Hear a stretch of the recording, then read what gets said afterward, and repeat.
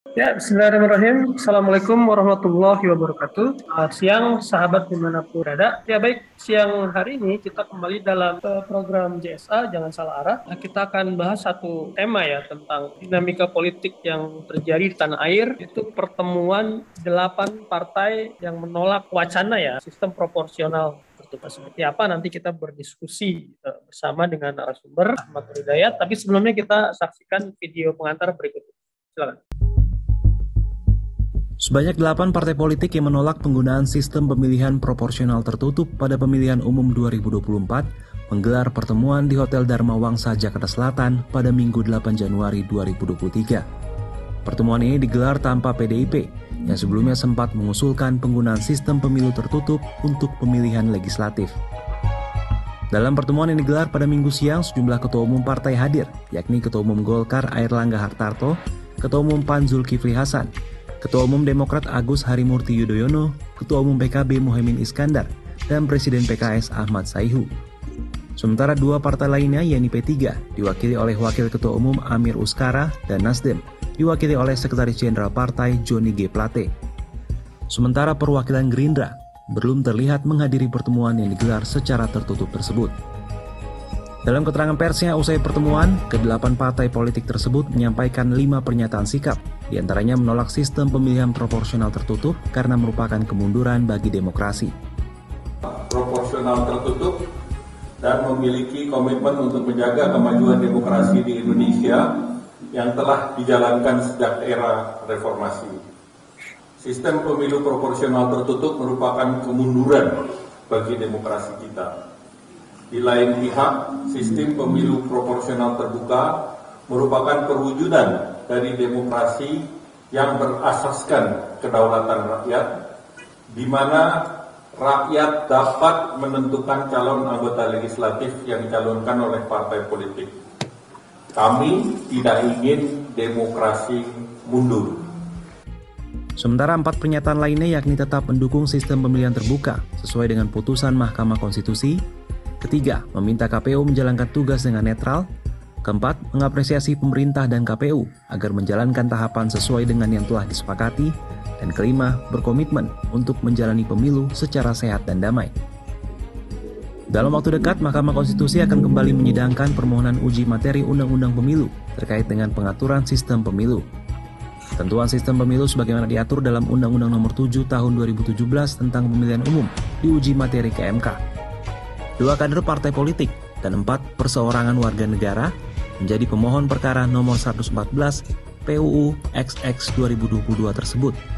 Mereka adalah Demas Brian Wicaksono, pengurus PDI Perjuangan, Yuwono Pintadi, anggota Partai Nasdem, Fahru Rozi, Ibnu Rahman Jaya, Rianto, serta Nono Marijono. Oke, baik. Langsung saja. Bang Matur gimana menanggapi pertemuan 8 partai yang menolak proporsional tertutup ini? Silakan, Pak. Jadi ini agak perdebatan tentang sistem politik, sistem pemilihan proporsional tertutup. Ini sebenarnya satu perdebatan yang menurut saya ya, Bro Mustafa, tidak produktif. Kenapa? Karena bukannya kita move on, membuat demokrasi kita jauh lebih matang, lebih modern, malah kita backward, mundur ke belakang. Jadi agak aneh sih sebenarnya bahwa kita ingin demokrasi di Indonesia ini lebih mature ya, tapi kok malah ada beberapa pihak yang menginginkan kita ini masuk ke demokrasi yang tanda kutip ya tidak demokratis, tanda kutip tidak transparan, tanda kutip lagi demokrasi yang cenderung tidak otoriter, sangat otoriter gitu.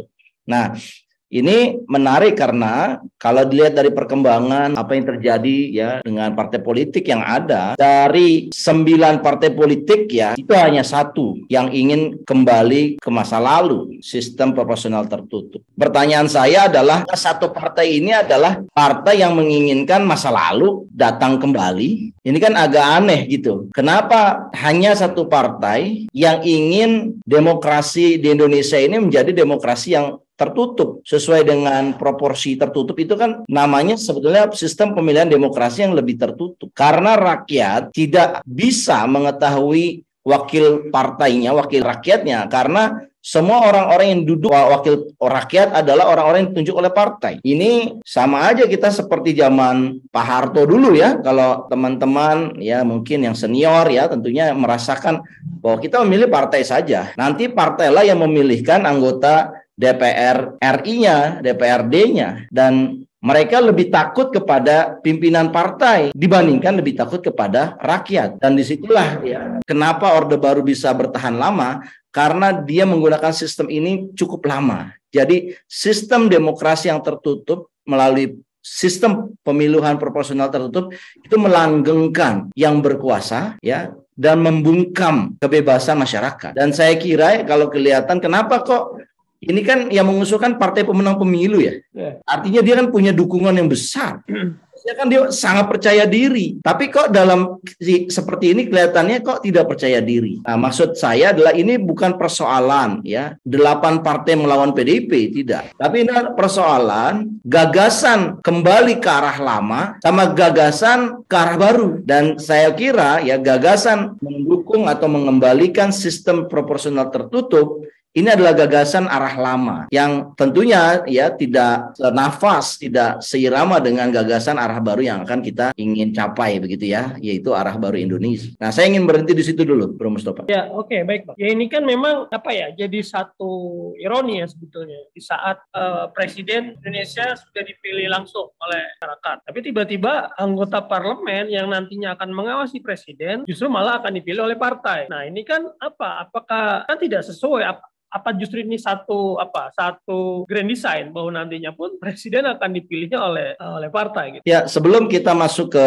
isu grand design ya, siapa yang mendesain ini, untuk apa, siapa dibalik yang mendesain usulan ini. Saya ingin mengatakan dulu bahwa sistem proporsional terbuka yang kita anut selama ini adalah satu sistem berdasarkan keputusan Mahkamah Konstitusi. Jadi Mahkamah Konstitusi sebagai the guardian of constitutions, penjaga dari konstitusi, itu menilai bahwa demokrasi di Indonesia yang sesuai dengan napas reformasi adalah proporsional terbuka, di mana partai politik masih punya peran, tetapi peran ini ya dilengkapi dengan peran dari calon legislatifnya, jadi personalnya. Nah, ini kan namanya sudah sesuai semangat ya, reformasi ini kan menganut sistem demokrasi dan transparansi, keterbukaan. Jadi rakyat itu mengetahui siapa wakil rakyatnya. Nah, ketika ada orang atau sekelompok masyarakat yang ingin menganulir gagasan dari Mahkamah Konstitusi ini kan bisa dianggap tidak sesuai dengan semangat reformis. Bisa dikatakan anti reformis berarti kelompok orang ini, karena kelompok orang ini kok ini udah jelas-jelas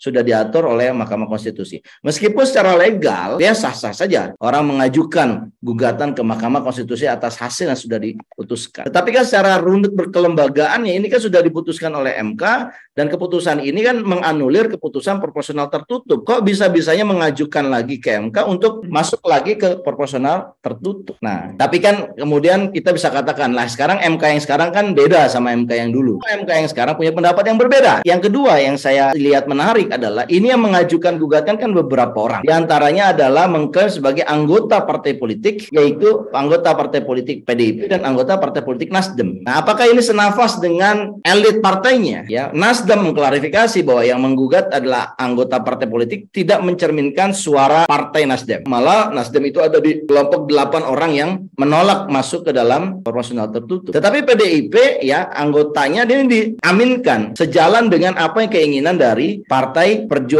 Demokrasi Indonesia Perjuangan atau PDIP. Nah, ini menarik, apakah ini pure adalah gugatan personal atau sebenarnya ini adalah gugatan partai politik yang dititipkan ke orang per orang, dalam hal ini adalah kadernya. Saya kira ini siapakah yang melakukan gugatan ini penting untuk dikaji dalam kita membahas grand design seperti apa. Nah, baru kita masuk ke grand design. Sebenarnya apa sih yang diinginkan dari sistem proporsional tertutup? Kita harus jujur kepada rakyat, kepada publik, bahwa kelompok orang yang mengajukan sistem proporsional tertutup itu motivasinya adalah untuk dia berkuasa kembali, untuk terus mempertahankan kekuasaannya. Ini kan agak aneh gitu loh. Padahal sistem politik kita itu adalah sistem politik yang ingin orang yang terbaik yang mengelola urusan publik. publik, bukan orang yang berkuasa itu saja sementara dia melalaikan kepentingan publik. Oleh karena itu saya kira ya, sebagai orang yang lahir dari rahim reformasi, ya, saya ingin mengajak seluruh teman-teman ini untuk kita lawan gagasan sistem proporsional tertutup ini. Karena apa? Karena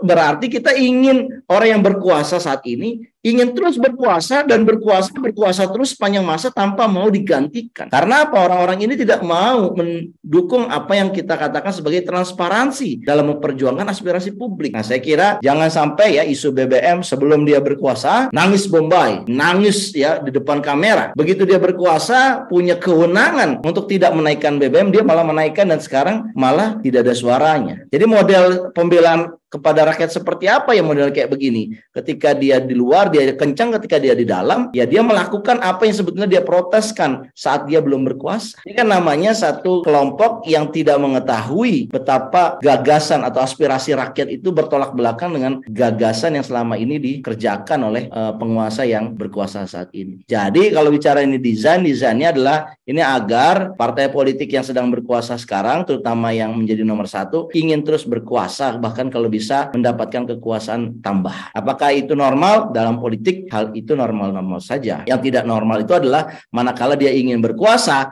tapi dengan cara mengangkangi reformasi. Kalau dengan cara mengangkangi reformasi, berarti dia pengen kembali ke zaman otoriter. Dan itu harus kita lawan, Bro Mustofa. Demikian. Ya, ini kan menjadi mencuat ya. Ketua KPU ya, Mas Syari dalam catatan akhir tahunnya, KPU tadi ya menyampaikan informasi ini. Nah, saya sebetulnya justru melihatnya memang belum tentu juga hasil Mas Syari itu mendukung wacana ini, tapi dia memang menyampaikan mungkin agar mengandung semacam kewaspadaan ya. Kira-kira gimana melihatnya? Apa wacana ini yang pertama kali dinyatakan ke publik oleh Ketua KPU ya. Karena seorang Ketua KPU yang menyatakan inilah kemudian jadi rame. Nah, saya kira pimpinan KPU ke depan ya harus lebih berhati-hati. Ya, sebagai pribadi ya boleh saja dia mengusulkan ada macam-macam saran ya. Tetapi saya kira kalau melihat jabatannya Ketua KPU strategis, saya kira dia harus lebih hati-hati. Ya, mungkin dia mengatakan ya saya hanya memberitahu ada masyarakat yang ingin menggugat ke MK agar kembali proporsional tertutup. Tapi kami berpegang teguh kepada aturan MK yang terakhir, yaitu kami tetap ingin proporsional terbuka. Tapi saya kira KPU sudah mengklarifikasi itu, Bro. Meskipun ada lag 2-3 hari ya. Lag ada 2-3 hari setelah pernyataan